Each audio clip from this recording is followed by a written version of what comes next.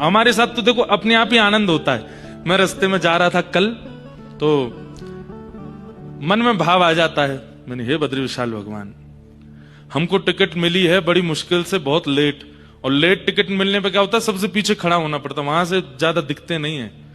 तो हमने कही हे बद्री विशाल भगवान, आप अगर मुझसे सच में प्रेम करते हो, आज मुझे आप बता देना, अगर आपने आगे बैठा लिया तो मैं समझ जाऊंगा प्रेम करते हो। भीतर जाकर के लाइन लगी, खूब पीछे हम खड़े थे। पंडित जी से मैंने किया आज देखते हैं बद्री विशाल भगवान क्या करते हैं। अब अंदर वहां लोग सब बैठ चुके थे, जगह बची नहीं थी। जब हम पहुंचे अंदर तो यही पंडित जी महाराज बैठे थे। ये तो वेद मंत्र, इन्हीं के वेद मंत्रों से होता है ठाकुर जी का, चारों वेद पाठी विराजते हैं। जैसे द्वार में खुला, इन्होंने मुझे देख लिया। अब मैंने इनको देखा, अब ये मुझे आओ आओ आगे आओ आगे आओ। तो मन में तो प्रसन्नता हुई कि बद्री विशाल भगवान प्रेम करते हैं, पर जो आगे बैठे थे वो बोले हम जगह नहीं देंगे। बोले अरे वो महाराज जी हैं। कौन से महाराज जी? अब उन्होंने जैसे पीछे देखा तो वो भी रोज के श्रोता, रोज कथा सुनते, वो आए ही बद्रीनाथ कथा सुनने के लिए थे। अब उन्होंने देख के वो तो खड़े हो गए, महाराज जी यहां बैठो, बिल्कुल बीच में बैठो।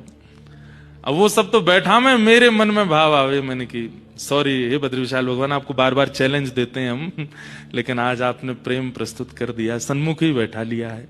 और फिर 3 घंटा एक आसन पर बैठ के लगभग 4:30 बजे से लेकर के 7:30 बजे तक बद्री विशाल भगवान के मधुर दर्शन।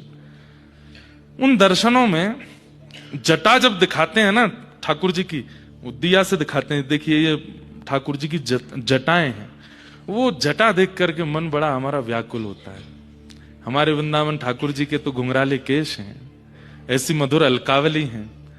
वरहा पीड़म नटवर वपुः कर्णयो कर्णकारम विव्रत वासः कनक कपिसम वैजयंतीम च मालाम कस्तूरी तिलकम ललाट पटले वक्षस्थले कौस्तुभम।